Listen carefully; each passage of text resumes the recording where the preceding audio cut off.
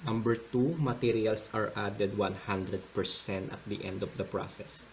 So, paano naman yung computation ng EUP kung ang materials ay added 100% at the end of the process? So, meron tayo ditong production line.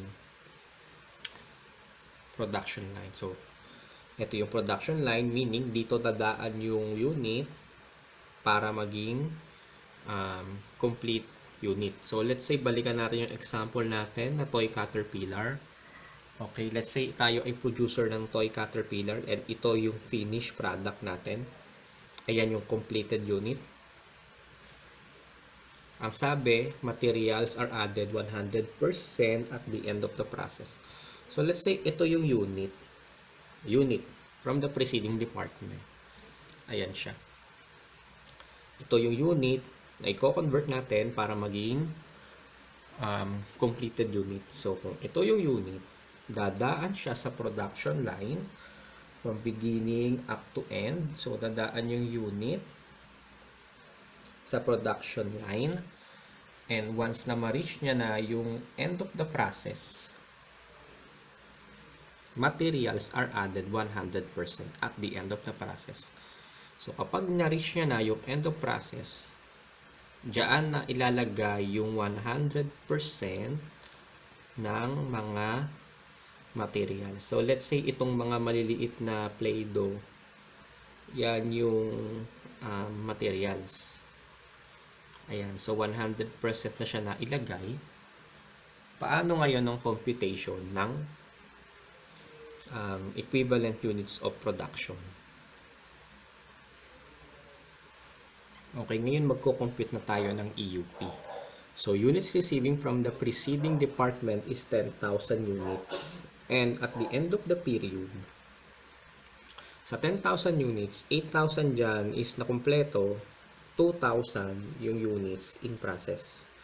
Magko-compute tayo ng EUP ng direct materials, labor, and overhead.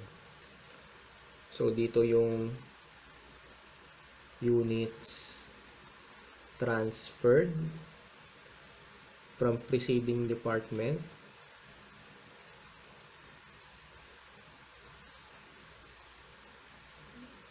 That is 10,000 units. Okay. Sa 10,000 units na yan, ang number of units na na-complete, units completed is 8,000. Then, yung naiwan na 2,000 is yan yung units in process, yung mga hindi natapos na unit. Out of 10,000 na na-receive from preceding department, 8,000 yung natapos, 2,000 yung hindi natapos. Ngayon, kukumpute natin yung EUP materials. Okay. Ito yung work done, WD, and ito yung equivalent units of production niya.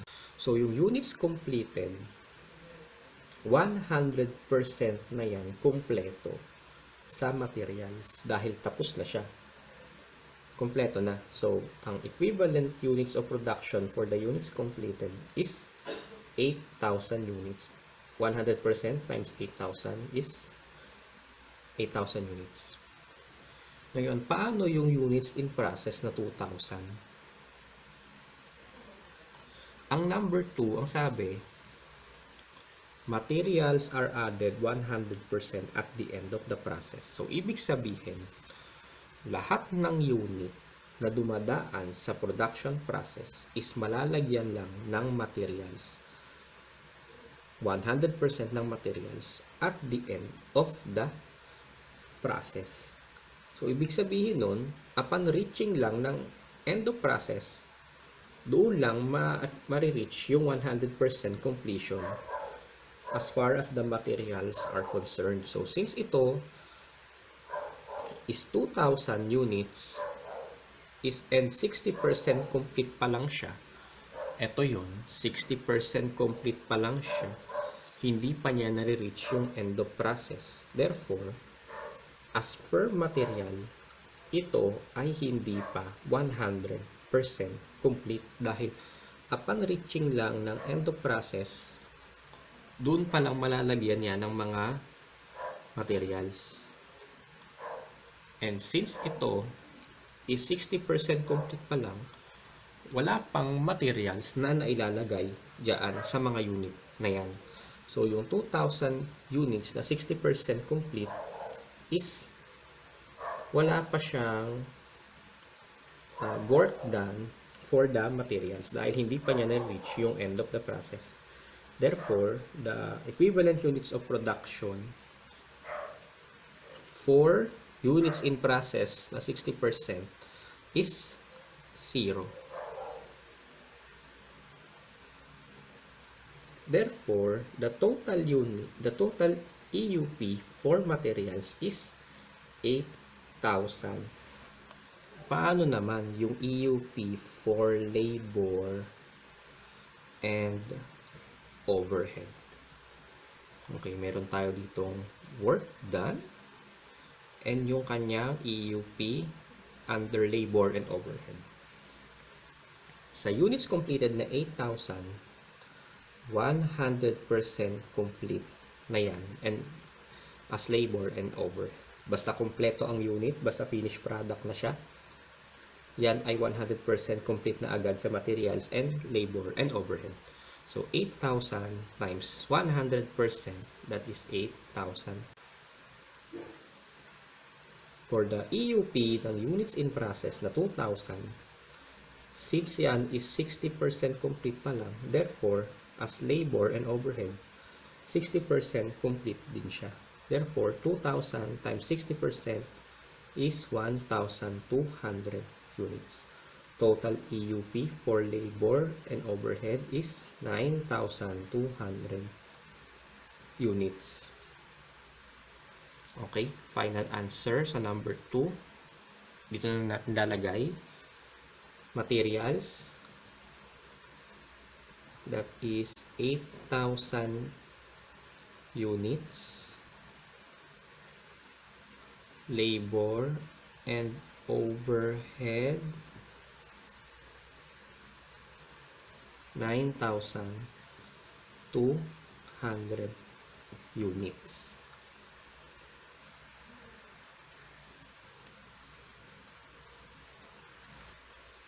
Number 3, materials are added 50% at the beginning of the process and the remaining 50% when the units are 40% complete. So, ito, this time, installment yung pagkabit ng material sa unit wherein 50% daw ikakabit or ia-apply at the beginning of the process and yung natirang 50% is idadagdag siya when the units are 40% complete. So, ganito siya. So, let's say ito yung finished product na toy caterpillar. And, ito yung unit na na-receive natin from preceding department. 10,000 units na ganito yung na-receive natin from preceding department to convert into completed product. Materials are added 50% at the beginning. So, pag pumasok na to sa beginning of the process, lalagyan na siya ng materials pero 50% pa lang. So, let's say yung tatlong clay na yan represents the 50% of the materials na kailangan i-add. So, at the beginning. Then, itong product, dadaan siya sa production process. So, maraming gagawin sa kanya. Either may molding or cutting or kung ano man yung mga proseso na kailangan para makabuo ng laruan. Then, upon reaching ng 40%, kapag 40% complete na siya, so, let's say ito, 40% complete na yung units, diyan na idadagdag yung 50% ng materials.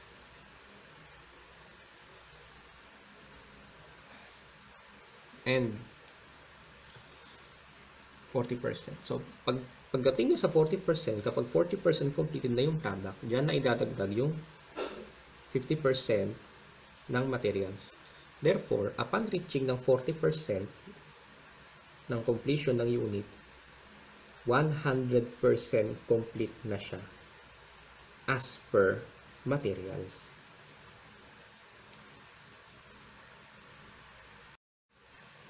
Ulit, once na na-reach ng unit yung 40% stage of completion sa production process, siya ay 100% complete na as to materials. And therefore, kapag lumampas na yan ng 40%, once na na-reach niya na itong 40% hanggang 100%, therefore, kumpleto na siya sa materials. Okay, EUP for materials. Units completed, ang work done niya as to materials is 100%. Therefore, EUP niya for materials is 8,000 units. For the units in process na 60%, the work done for the materials is 100% din. Kasi 50% materials are added 50% at the beginning, and yung natirang 50% when the units are 40% complete. So, ibig sabihin lang nun, once na ang unit in process is 40% complete, meaning once na ang unit in process is at least 40% complete and above, therefore, 100% complete na siya sa direct materials. Upon reaching ng 40% ng process, 100% ng complete yung units in process as to materials. Therefore, 100% times 2,000, that is 2,000 equivalent units. Therefore, the EUP for materials is 10,000 units. For the direct labor or for the labor and overhead, work done for the completed units is 100%.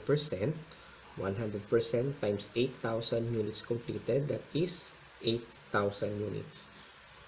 Units in process, which is 60% complete, as to labor and overhead, that is 60% complete. 2,000 times 60%, that is 1,200. Therefore, total EUP for labor and overhead is 9,200. Okay, answer for question number 3. So, dito na lang sa ilalim, number 3. Materials, 10,000 units.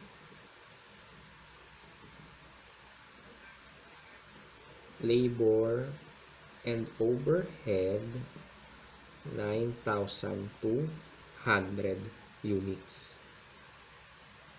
Number 4, materials are added 50% at the beginning of the process, 30% when the units are 20% complete, and 20% at the end of the process. Okay, for number 4, so medyo maraming stages yung pag-complete ng materials. So, merong 50% at the beginning, 30% when 20% are complete, and yung natira at the end of the process. So, kung i-apply natin siya dun sa example, so ito yon. Okay. Let's say ito yung finished product ulit. Ito yung unit na na-receive natin from the preceding department. And ito yung mga materials na ilalagay dito sa unit. Wherein, ito ay for illustration purposes lang, of course. Hindi naman kasi kami familiar sa kung ano yung actual na proseso ng paggawa ng mga laruan. So, let's say itong tatlong bilog na ito, yan, yung tatlong yan, comprises the 50% ng materials. Then, yung dalawang bilog na yan, comprise 30% ng materials na kailangan para sa completed unit. And yung itong nag-iisa na to, comprises 20%. Okay, let's say ito yung unit from the preceding department. Ang sabi, 50% materials are added, 50% at the beginning. So, kapag pumasok na to, itong mga unit na to sa beginning of the process, lalagyan na siya ng 50% ng materials. Yan. Ibig sabihin, at the beginning of the process, yung materials is 50% complete na siya. Then, dadaan siya sa production process.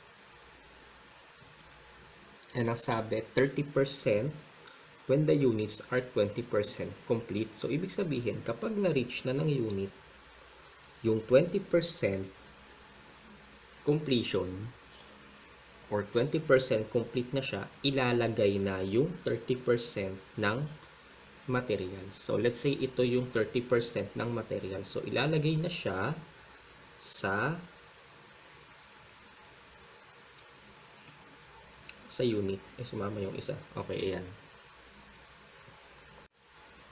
Yung 30% ng materials is ilalagay siya sa unit when units are 20% complete. So, kapag na-reach ng unit yung 20%, idadagdag yung 30% ng materials.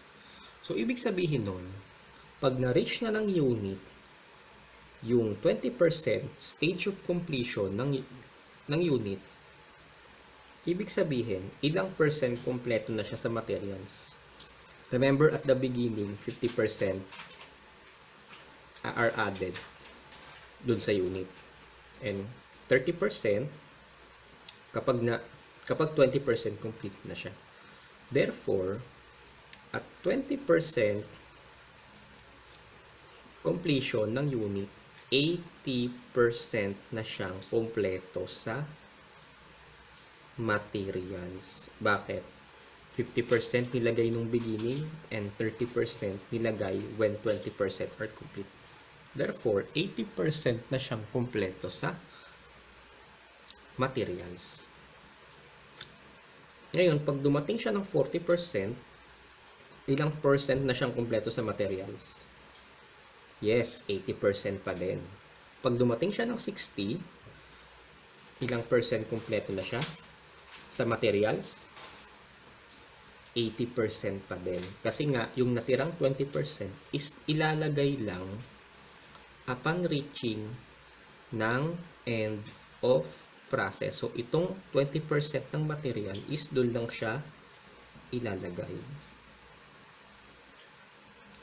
So, ibig sabihin lang nun, para maging 100 complete as materials yung product, kailangan niyang ma-reach yung end of the process.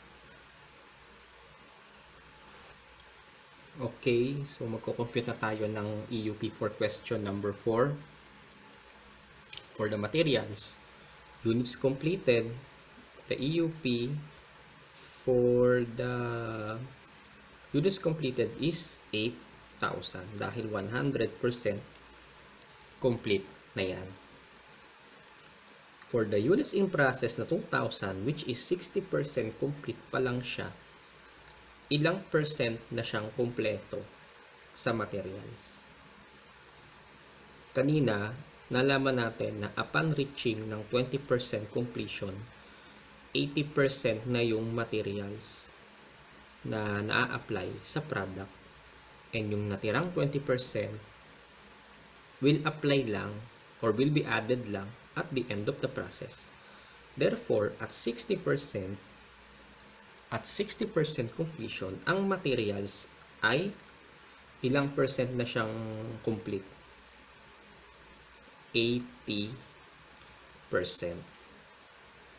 Dahil na-reach niya na yung 20% na stage of completion. 60% complete na siya. Therefore, 80% complete na siya sa materials. Then yung 20% sa 100, sa completion pa siya ng process ilalagay. Therefore, the equivalent units of production for the units in process is 80% times 2,000. That is 1,600. Total units or total EUP for materials is 9,600 units. For the direct labor and overhead, work done is 100% for the completed units. EUP is 8,000. For the units in process, 60% work done pa lang siya as to labor and overhead. Therefore, 60% times 2,000, that is 1,200. Therefore, 9,200 units yung EUP for labor and overhead. Final answer for number 4. Ito na lang. Materials, 9,600 units. Labor and overhead, 9,200 units. So, itong pag-determine ng EUP is ma-apply pa natin ito pagdating natin sa paggawa ng cost of production report under ng process costing.